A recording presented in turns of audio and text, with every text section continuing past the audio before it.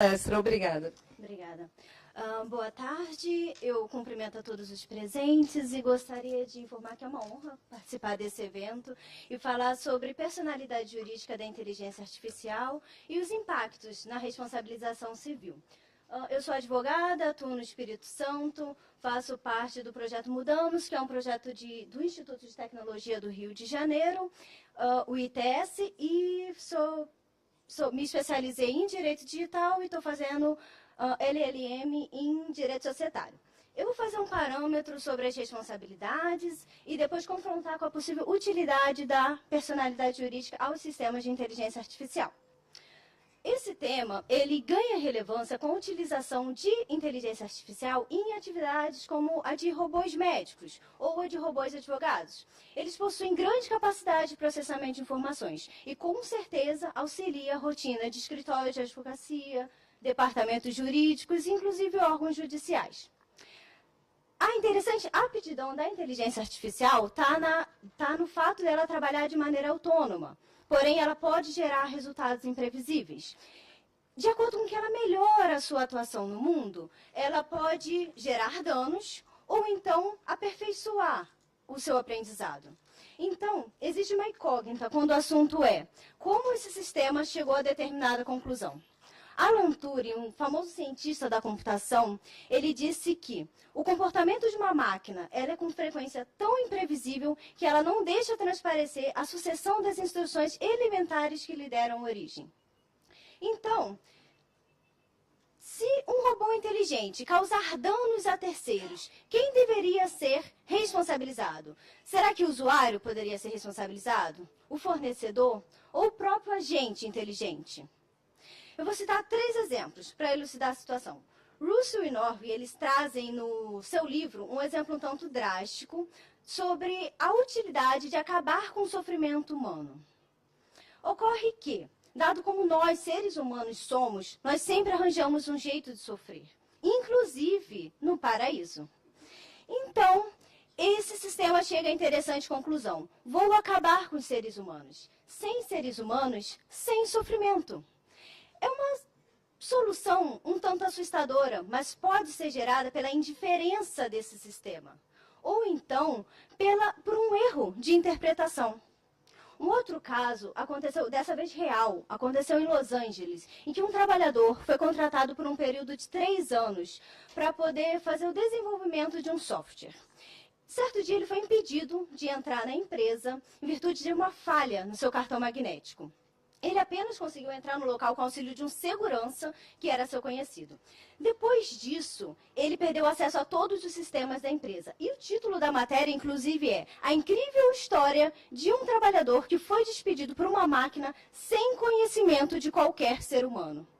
Ele não conseguiu acesso a nenhum dos sistemas e depois foi colocado para fora pelos seguranças da empresa com todos os seus pertences. A situação demorou 3 semanas para ser resolvida. Ele foi conversar com a gerência, que não tinha conhecimento da situação, e informou o caso para a diretoria e depois ainda enviou para o setor técnico. Quando ele finalmente voltou para o posto de trabalho, ele sentiu um certo distanciamento de todos na empresa e ele preferiu pedir demissão. O terceiro exemplo aconteceu no Japão, em que um robô identificou um trabalhador como obstáculo à execução do seu serviço. Então, ele retirou o trabalhador do local com um braço hidráulico e causou instantaneamente a morte do trabalhador. Não é saudável exigir que a inteligência artificial ela seja infalível. Então, nós precisamos falar sobre responsabilidade civil. Neste caso, será que o usuário ele poderia ser responsabilizado? Pela ausência de vigilância do bem?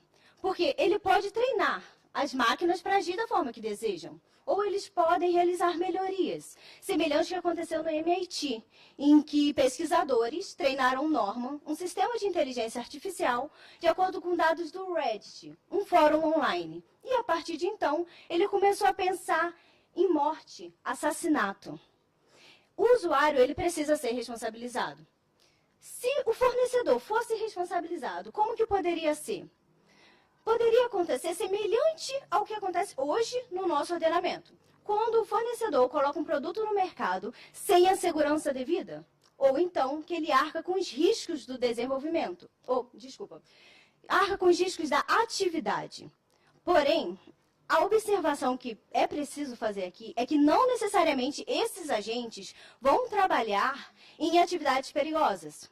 Porque geralmente eles trabalham nas atividades, nas 3D activities, que são chamadas chatas, perigosas e sujas. Com relação aos riscos do desenvolvimento, como que poderia ficar? Será que eles não paralisariam a inovação? Porque você requer uma excessiva tentativa de prevenção. Como prever os atos de um sistema imprevisível? Não é interessante para a responsabilidade civil. Talvez, para minimizar a situação, poderíamos utilizar a fórmula de Rand. Como que funciona?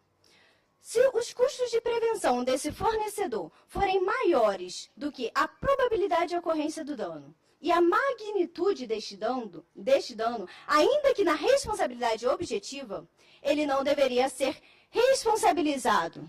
Porém, se os custos de prevenção forem menores do que a probabilidade de ocorrência do dano e a magnitude deste dano, aí sim ele seria responsabilizado. Existem alguns desafios para responsabilizar os fornecedores, que em um artigo sobre o risco público, Scherer, ele elenca como 4 tópicos, que é difuso, discreto, distinto e opaco, relacionado aos componentes da inteligência artificial. A descrição é relacionada ao código aberto. Por quê? Pessoas devidamente capacitadas podem realizar alterações em um código de forma anônima, diferente do que acontece em um prédio que está poluindo o meio ambiente. É facilmente de verificar, ela é visível fisicamente.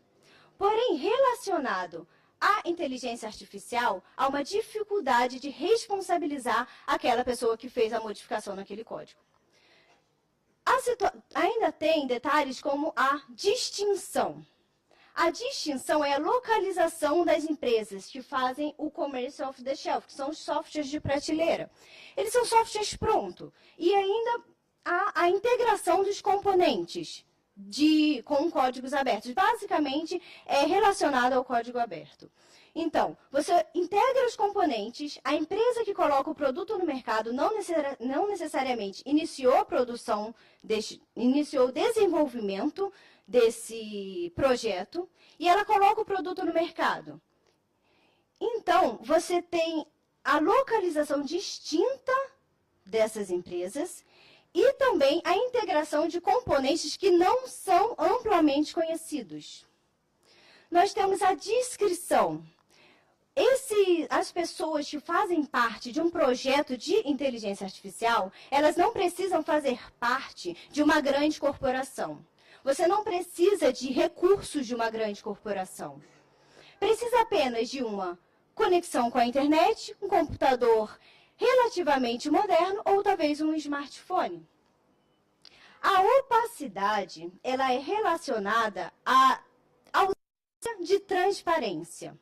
Quando você tem um carro, desde quem faz o design até o mecânico, inclusive alguns consumidores, eles compreendem quais são os componentes, onde que ocorreu o defeito.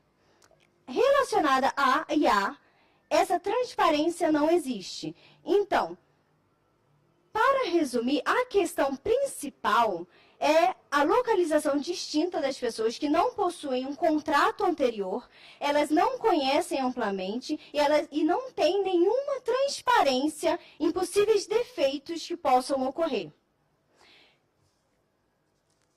Então, apesar disso, eles têm o dever de informação. Eles devem informar aos consumidores qual é o possível risco que eles têm ao adquirir o determinado agente dotado de inteligência artificial. Diante disso, para que não haja uma paralisação na inovação, que você não requeira excessiva tentativa de prevenção, mas ao mesmo tempo você distribua de forma correta a responsabilidade civil, como que o ordenamento jurídico ele deveria se comportar? É aqui que nasce a ideia de personalidade jurídica para a inteligência artificial. Isto porque esses agentes eles agem de maneira autônoma. semelhante a nós, seres humanos. E eles pensam de maneira desconhecida por seus fornecedores e distribuidores. Se eles possuírem personalidade jurídica, eles terão uma esfera de imputação. Então, eles poderão ser responsabilizados pelos próprios atos. Eles podem integrar o próprio patrimônio e se entregar para a vítima. Há teorias sobre possibilidade de eles prestarem serviços cívicos à comunidade, semelhante a um ser humano que não possui patrimônio, ou, então, excludente de ilicitude em casos de vírus computacional. Se eles tiverem essa esfera de imputação, os proprietários e usuários também poderão ser responsabilizados pela culpa em eligendo, semelhante ao que acontece com empregados e empregadores no artigo 932 do Código Civil. Mas será que não seria mais útil responsabilizar esses agentes se eles tivessem certa possibilidade de introspecção ou alteração no comportamento para futuras ações? O direito ele é baseado na ideologia da culpa, certa capacidade de sentir e reagir a incentivos, e também na liberdade de atuação, que hoje é reservada aos seres humanos. Além disso, esses agentes eles serão vendidos por empresas, compostos por pessoas naturais e serão comprados por consumidores que também serão pessoas naturais. De qualquer forma, se ele integrar o próprio patrimônio ou prestar serviços cívicos à comunidade, haverá uma responsabilização em reflexo do ser humano. De qualquer forma, o ser humano vai estar envolvido nessa responsabilização.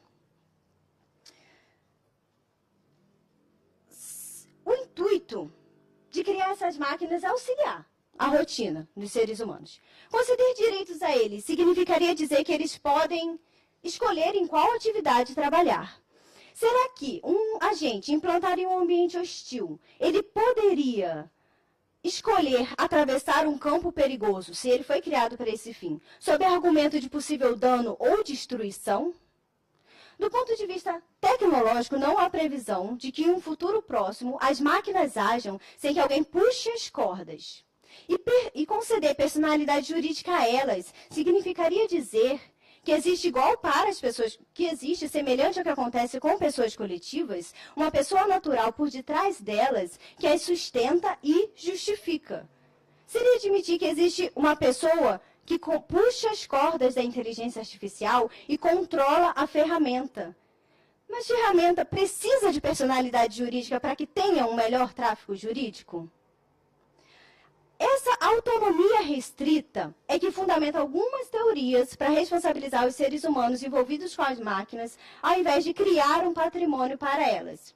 E talvez seja possível chegar à conclusão de que não é possível conceder personalidade jurídica a elas sob argumento de responsabilização civil. Porque é muito mais vantajoso você encontrar a pessoa, aquele que possui mais condição de prevenir esses danos, ou então de reparar esses danos. No Parlamento Europeu, a resolução sobre direito civil e robótica foi duramente criticada quando ela se referia a um estatuto de pessoas eletrônicas, por assemelhar-se mais à seara ficcional do que uma seara prática. Porém, ele trouxe um ponto interessante, que foi a criação de seguros e fundos de compensação, para indenizar atos ou danos de agentes que não foram previstos ou que não poderiam ser. Os fundos de compensação seriam relacionados a cada agente e cada pessoa que tivesse relação, se interasse com esse agente inteligente, ele poderia ter acesso a informações importantes, como limites de responsabilidade, limites dos fundos e as pessoas e os contribuintes envolvidos com aquele agente. E naquele artigo sobre o risco público, Scherer ainda traz a ideia de criação de uma agência reguladora, com políticas, diretrizes e certificações indicadoras de padrão de qualidade, para facilitar a identificação sobre onde que ocorreu o defeito. Apesar dessa exposição, é certo que as provocações sobre é mais vantajoso conceder personalidade jurídica ou criar agências reguladoras, seguros e fundos de compensação para fins de responsabilização civil São questionamentos que precisam ser respondidos com mais debates entre o mundo tecnológico e o mundo do jurídico. Muito obrigada.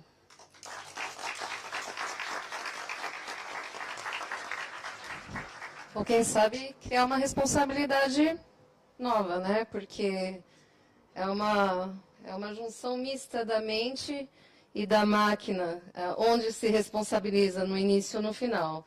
Excelente, é o meu tema, um dos meus temas preferidos, inteligência artificial. Parabéns, doutor, excelente palestra, excelentes colocações. Agradeço demais a sua presença. Gostaria de te entregar o certificado para a doutora Jennifer Suzano dos Santos Botelho, que proferiu palestra no 3º Congresso Nacional de Direito Digital sobre o tema Personalidade Jurídica da Inteligência Artificial, Impactos na Responsabilidade Civil.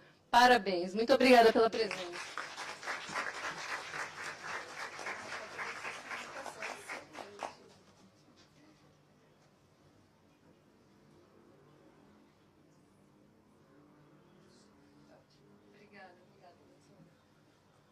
Bom,